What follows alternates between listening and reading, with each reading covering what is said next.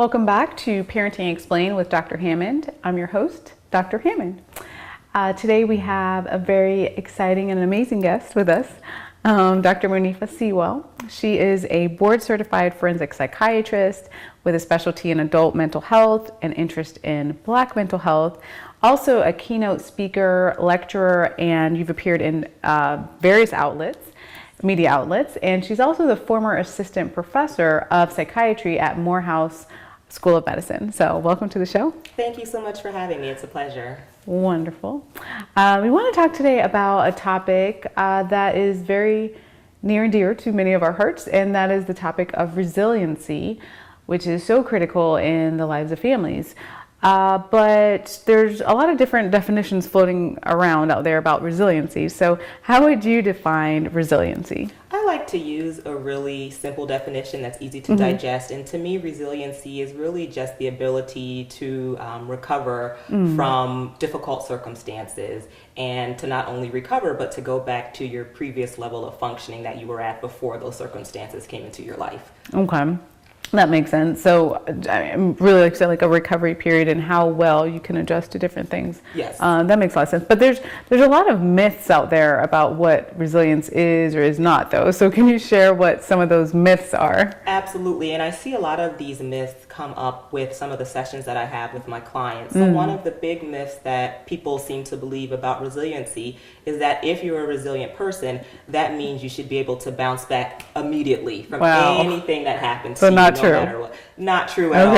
Okay. I have some clients that come in who have suffered devastating losses, and because they were able to, for example, recover from the loss of a job in the past, they think that they should be able to also quickly recover from the death of their mother. And I have to explain to them, those are two different types of traumatic stresses, and so it may take longer time to recover from one than the other. And that doesn't mean you're not resilient if that's the case. That's really interesting that people think if you're resilient with one situation that you're just resilient with everything, which is not true, or the length of time it takes may not necessarily be what you would think. I mean, and you're right, because it depends on what type of stressor it is. It depends on the type of stressor. And I myself also can relate to that belief. I grew up in a family of very strong women who, as a child watching them, it seemed like no matter what happened, they would be, if it happened on Monday, they'd be okay by Wednesday. Yeah. And so that's the idea that I developed, that no matter what happened, I had to kind of get it back together and bounce back very quickly. And I learned over time that that's just not accurate, and it's also not very reasonable. Good.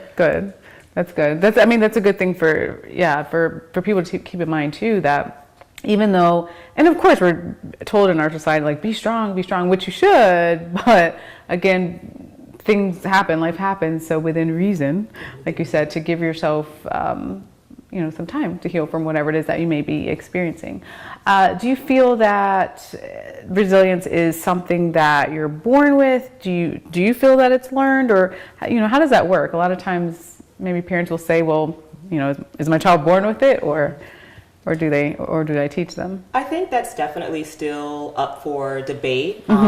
I say that because within the same family, you can have several children, and certain children might seem to bounce back from difficulties quicker than others. Yes. So I think it's probably a combination of some things that are innate to the person, but then also I think a lot of us learn what resiliency is and isn't from our parents and loved ones, and from just observing people around us. So I think it's probably a combination of many things, nature and nurture. Yeah. Because some parents will say, well, to your point, that I have two children and they're complete opposites.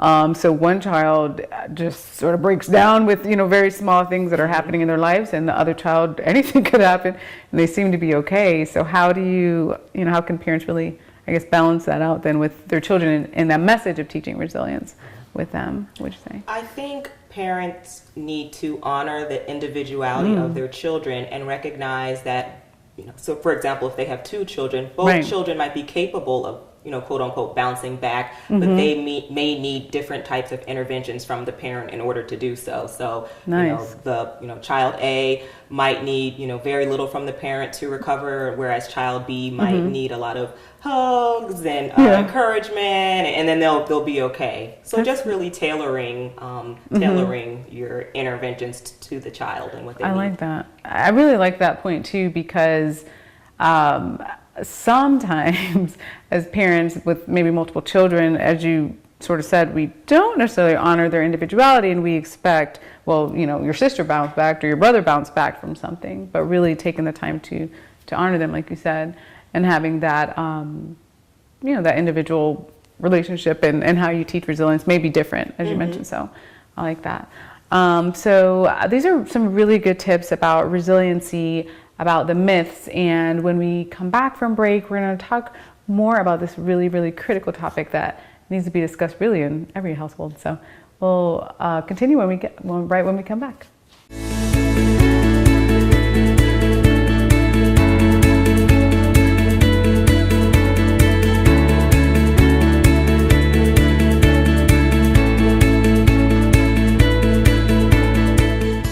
Welcome back. We have been talking today with our wonderful guest, Dr. Seawell, about resiliency and how important it is to have these conversations and to know sort of what to do with your child in the home when it comes to resiliency. So even though some parents are really trying hard to teach coping skills and that sort of thing, sometimes children are still struggling, but parents may not necessarily know the warning signs of this. So what are some of the warning signs that a child may be struggling to cope that you can provide for parents?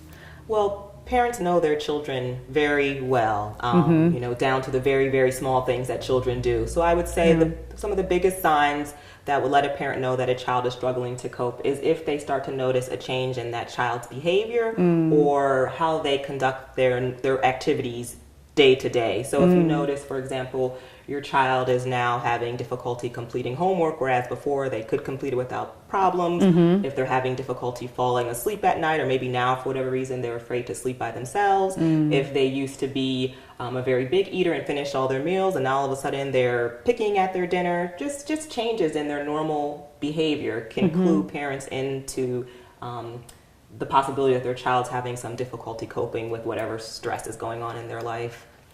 I like that because it is so important, as you mentioned, to monitor, and especially I think you mentioned like sudden changes when all of a sudden you're like, what's going on? That could be a red flag that something more serious is going on.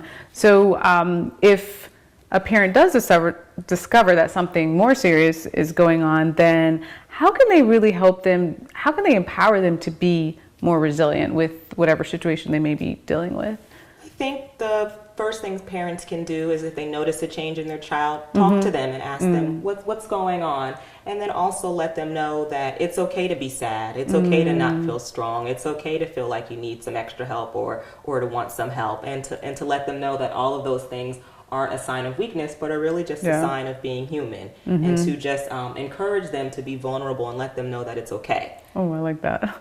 I like that so much because as you mentioned before, sometimes teaching be strong, be strong, be strong, while very important, kids also really need to hear it is normal. It's normal for you to be sad. Yes. It is normal for you to be scared about, whatever it is, because we don't really hear that too much in our society, like just normalizing and hearing that it's normal to feel that way. We do not. No. I know that growing up, that was something that I did not hear in my family or my neighborhood. The idea was if something happened, suck it up, dust yourself off, and keep it moving. Exactly. So I had to learn that that's not exactly how things should work all the time as I grew up. It's okay to be normal. That's a great tip. And I mean, it's such a well-needed conversation. Again, you are normal. It is normal to feel this way. Still be empowered. You can do this. Those sort of things. But what do you feel is missing in this conversation that parents are having with their kids or their teens? What are we missing when it comes to resiliency? And I think something that's missing is parents showing vulnerability themselves. So on the one hand, while it's really great, I appreciate all the women in my family who modeled strength for me. At the same time, it would have been really nice to at some point see one of them be vulnerable or discuss how difficult an event had been for them. And that would have taught me that these women are strong, but it's okay to be vulnerable and to cry. It doesn't mean your whole life's going to fall apart because you're having a sad moment. Right. You can still recover, and that's normal. So I think, modeling vulnerability is really important for parents to do. Wow, I like that so much, and that is very, very true. That sometimes we think as parents to put on the strong front which you may or may not really feel that way, but when kids don't see the reality, like sometimes you cry or sometimes you break down or, right? Wow. That's really powerful. So be real. I think I would be real with your kids. I mean, obviously there's a fine line. There's a fine line. Yes, I want to tell them everything. Don't tell them everything. Age appropriate information. Age appropriate information. So something that your 6 or 8-year-old may not need to know. Obviously, don't share. But showing them the realities of dealing with situations, I think is really important. So other tips you would say to really empower families, really, or maybe for a couple to empower one another when it comes to resilience, what would you say? I would say also parents can help children develop coping skills. So sometimes children can feel sad or overwhelmed, but they don't really know what to do with those emotions. Right. And if they don't know what to do with them or how to handle them, sometimes that can turn into, quote unquote, bad behavior. So just helping your kids know that they have positive outlets that they can use to express their emotions, whether that's sports. I really loved art when I was a kid, so drawing or painting or playing outside with your friends, just developing positive coping skills that they can then use in times of stress. That's really critical too, and I like that because also as kids get older, teaching them, like you said, the coping skills is something they can use when they become an adult as well, because I mean at some point they're going to have to rely on themselves. They will, yes. Parents are not necessarily, or caregivers are not necessarily always around at every moment. So there will be, even when they're in school, there's decisions that they have to make and things that they have to cope with that they don't necessarily have a parent at home to help with that. So I love those tips very much. So we will be discussing this conversation in more detail right when we return right after this break.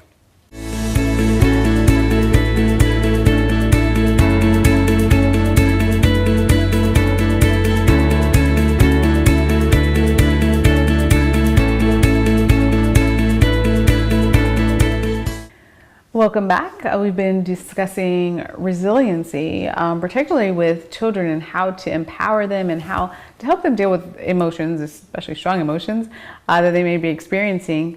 But what about the parents themselves? We talked a lot about how to help the kids, but what about parents? How can they learn more about how to cope with life in the world? I think that the same tips that we discussed that will help children also apply to parents as well. So, parenting can obviously be very stressful at times, and I think it's important for parents, if they haven't already done so, to identify coping skills. What can they use to help them during times of stress or when they're feeling overwhelmed? And then also recognizing that just like it's okay for their kids to be vulnerable, it's okay for them as well. Having a day where you feel like you're not at your best, or a day where you feel sad, isn't a sign of weakness. It's a sign that you're a parent. Right. You're human. You're human. You can have bad days. They're allowed. You have bad days, and they're allowed. Yes. And just really giving yourself some grace and being kind to yourself, and recognizing that you're capable of recovering from tough times. I love that, and that's why I think that's one of my favorite tips so far, is giving yourself some grace, because I think, especially as parents, there's just this notion, there's this idea, which is not realistic, to be a perfect parent, but to give yourself grace and to work on not beating yourself up and all the negative things that you tell yourself, or the guilt trips that you have about something you said or something you did, but really giving yourself grace. That is a beautiful tip. I love that tip. And what about as far as resources to help with resiliency? Is there a book or a podcast or website, or what resources can you provide for parents about resiliency? I would recommend the American Psychiatric Association. If you go to their website, they can have some good information about resiliency. American Academy of Pediatrics also. Oh, okay. But then also just Googling tips for Yeah. resiliency. Yeah. And this is a little bit of a self-plug. I wrote an article for the Huffington Post about resiliency, so that link is available on my website, so that would be a resource as well. Wonderful. And where can people learn more about you and get in contact with you if they have questions? So the best way to reach me would be through my website. That's drmonifamd.com, drmonifamd.com, or you can email me directly at info@drmonifamd.com. Wonderful. And they also, and the articles on your website, you said, right? Yes, the link to the Huffington Post articles on my website. Perfect, yes. Perfect. So you can even learn even more about resiliency through that article. So you have shared so many amazing tips today about how to help your children, how to help yourself as a parent. One of the questions that we always ask on Parenting Explained is, what do you do for self-care, like personally? So what would you say, sort of works for you as far as self-care? Well, for self-care, as it pertains to resiliency, one of the big things that I've learned over time is this idea of giving myself grace, which we talked about, and recognizing that I am human. Yes. Even though I come from a family of super women, I don't consider myself a superwoman anymore. I consider myself a human woman with normal emotions. So really giving myself grace and being kind to myself, and recognizing that I've overcome difficulties in the past and I'm capable of doing that again. That's really my self-care related to resiliency. I love that. I really love that. Because sometimes we don't always have to wear the superhero cape. Not every day. Take the cape off. Take the cape off.